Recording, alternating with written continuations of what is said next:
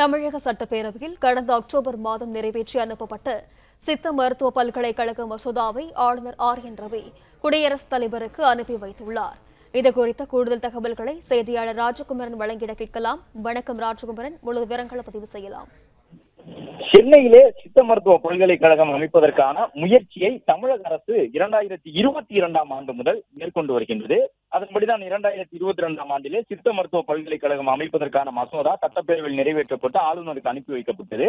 ஆனால் ஆளுநர் அதில் 4 திருத்தங்களை செய்ய வேண்டும் என்று சொல்லி தமிழ்நாடு சட்டப்பேரவைக்கு அதை திருப்பி அனுப்பியிருந்தார். அதன் பிறகும் மீண்டும் ஒரு முறை அந்த மசோதாவை நிறைவேற்றி அனுப்பியிருந்தார்கள். ஆனாலும் அதையும் ஆளுநர் ஏற்காத சூழ்நிலையில் திருப்பி அனுப்பப்பட்டிருந்தது சட்டப்பேரவைக்கு. இந்த நிலையில் தான் ஆளுநர் கூறிய திருத்தங்கள் எதையும் ஏற்காமல் நிதி மசோதாவாக அதை குறிப்பிட்டு தமிழ்நாடு சித்த மருத்துவ பல்கலைக்கழக மசோதாவாக கடந்த அக்டோபர் மாதத்திலே நிறைவேற்றி ஆளுநருக்கு அனுப்பியிருந்தார்கள். ஆளுநர் அதற்கு ஒப்புதல் வழங்குவாரா? ஏனென்றால் ஆளுநர் ஒப்புதல் வழங்கினால்தான் சித்த மருத்துவ பல்கலைக்கழகத்தை தமிழகத்திலே தலைநகர் சென்னையிலே அமைக்க முடியும். எனவே ஆளுநர் ஒப்புதல் வழங்குவாரா அல்லது மீண்டும் ஒரு முறை கிடப்பில் போட்டோ அல்லது தமிழ்நாடு சட்டப்பேரவைக்கு அனுப்புவாரோ என்ற கேள்வி இருந்த நிலையில் தான் ஆளுநர் என் ரவி தன்னிடம் இருந்த தமிழ்நாடு சித்த மருத்துவ பல்கலைக்கழக மசோதாவை குடியரசுத் தலைவருக்கு அனுப்பியிருப்பதாக தகவல் வெளியாகி இருக்கின்றது.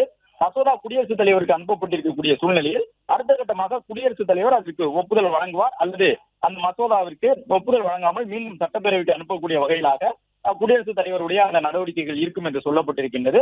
தமிழ்நாடு சித்த மருத்துவ பல்கலைக்கழக மசோதா என்பது கடந்த ஒரு 3 ஆண்டுகளாகவே ஆளுநருக்கு அனுப்பப்பட்டு மீண்டும் சட்டப்பேரவைக்கு வந்து கொண்டிருந்த நிலையில் இப்பொழுது ஆளுநரால் குடியரசுத் தலைவருக்கு அனுப்பப்பட்டிருக்கின்றது. மிக முக்கியமாக ஆளுநர் தொடர்பான வழக்கிலே அண்மையிலே உச்சநீதிமன்றம் முக்கிய தீர்ப்புகளை வழங்கியிருந்தது. அந்த தீர்ப்புகள் அடிப்படையிலே ஆளுநரோ குடியரசுத் தலைவரோ தங்களிடம் வரக்கூடிய மசோதாவை இத்தனை நாட்கள் தான் கைவசம் வைத்துக் கொள்ள வேண்டும் என்று காலக்கெடு நிர்ணயிக்க முடியாது என்று உச்சநீதிமன்றம் சொல்லி இருந்தது. இந்த நிலையில் தான் தன் வசம் இருந்த மசோதாவை தற்பொழுது குடியரசுத் தலைவருக்கு அனுப்பியிருக்கின்றார் தமிழ்நாடு ஆளுநர் என் ரவி. பிளே ஸ்டோர் மற்றும் ஆப் ஸ்டோரில் இருந்து பாலிமர் செயலியை QR கோடு மூலம் பதிவிறக்கம் செய்யுங்கள்.